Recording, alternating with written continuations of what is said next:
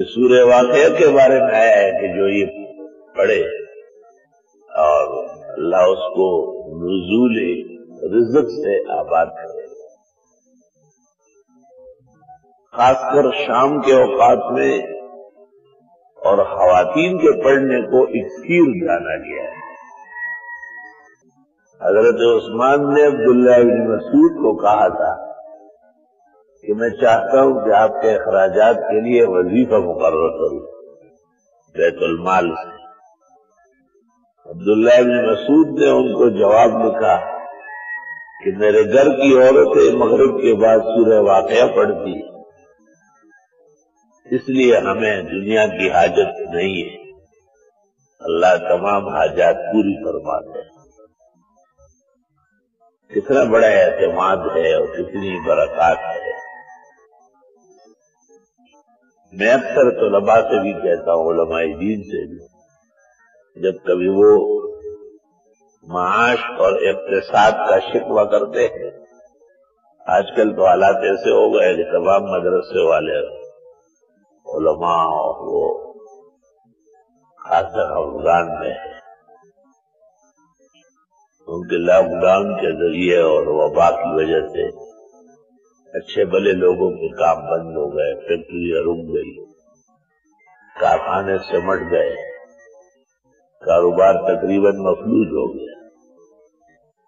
تو ایسی صورت میں وہ غریب مدرسوں کو کیا تعاون دیں گے؟ میں اکثر ان سے یہ کہتا ہوں کہ لاک ڈاؤن تو آپ کے ہمارے اختیار میں نہیں ہے اور وبا بھی آپ کے اور ہمارے اختیار میں نہیں ہے، لیکن سورۃ واقعہ پڑھنا آپ کے اور ہمارے اختیار میں ہے۔ بجائے اس کے کہ سیٹ کو آپ فون کرے، اس کو راضی کرے، اس کی منت کرے، آپ گھر کی عورتوں کو،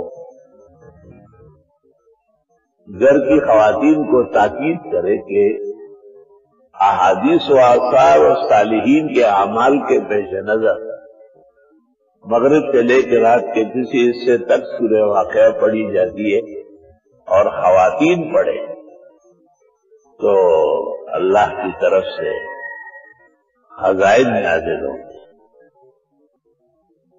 طلباء کے لیے اور جن کے لیے یاد ہے وہ تو مغرب کے 2 سنتوں میں اور 6 اوابین میں اس کو معمول بنا لیں، زندگی پر خود کفیل رہیں گے، مستغنی رہیں گے، اور انشاءاللہ تعالی اس ناسوتی عالم میں اور اس فانی زندگی میں کسی کی طرف حاجت کے ساتھ نہیں بڑھیں گے، بلکہ ان کی حاجت پورا کرنے کے لیے بڑھیں گے۔ اللہ تعالیٰ نے ایسی شان والی صورت عطا فرمائی۔ ایک ایسے ملنگ کا ساتھی ہے، عالم ہے لیکن زیادہ دنیا اور دنیا کے ہیج پیج سے واقف نہیں ہے۔ ان کو کسی کا کہا گیا کہ وہ فجر کی نماز میں واقعہ پڑھتے، تو انہوں نے بغیر سوچے سمجھے کہا کہ یہ تو خالص غنا ہے، سونا اور چاندی ہے، یاقوت اور مرجان ہے، خزائن ہے اور دولت ہے۔ یا رب اس کا منہ مبارک فرما، کتنا بڑا عقیدہ ہے۔ تو آپ کو بھی نصیحت ہے اور بہت کوشش کے ساتھ اس کو بڑا کر، اور گھر کی بیویوں کو بھی، ہماری بہنوں کو، باوجوں کو، ماؤں کو، بیٹیوں کو بتائے۔ میں باقاعدہ گھر کی خواتین کی حاضری لیتا ہوں اور اس کے ساتھ سے ان کا انعام و اکرام کرتا ہوں۔ الحمدللہ الحمدللہ، گھر کی عورتیں سب فاضلات ہیں، عالمات ہیں۔ بڑی بیٹی تو حافظ قرآن ہے، بہت پختہ مضبوط حافظ ہے، تو ان کے لیے تو پڑھنا کوئی دشوار نہیں ہے، صرف استقامت اختیار کرنا دشوار ہے۔ اس میں ناغہ واغہ نہیں ہوگا، اعمال میں ناغہ نہیں ہوگا۔ ایک ناغہ 40 دن کا نقصان پہنچاتا ہے۔ عوام محروم اس لیے ہے اور عوام کو فائدہ اس لیے نہیں ہے کہ یہ لوگ ہر چیز کو اپنے مزاج کا تابع کرتے، پڑھا نہ پڑھا نہ پڑھنے کے تمہیں پتہ ہے کتنے انجیکشن لگیں گے، جیسے علماء کہتے ہیں کہ کسی نے کفارت الصوم رکھے اور 60 روزے رکھنے تھے 59 رکھے اور ایک رہ گیا تو سارے ڈسمس ہو گئے، ابھی نئے طرح سے 60 پورے کرنے پڑے۔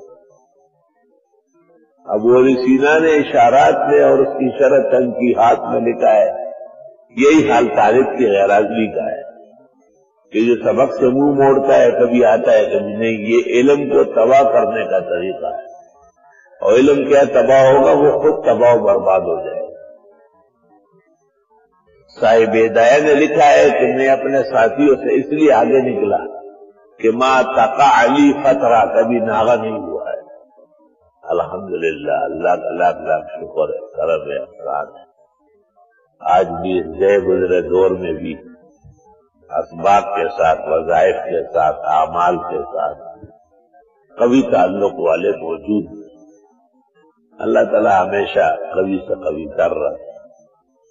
پھر اس زمانے میں تو بہت ہی زیادہ خستہ حالی،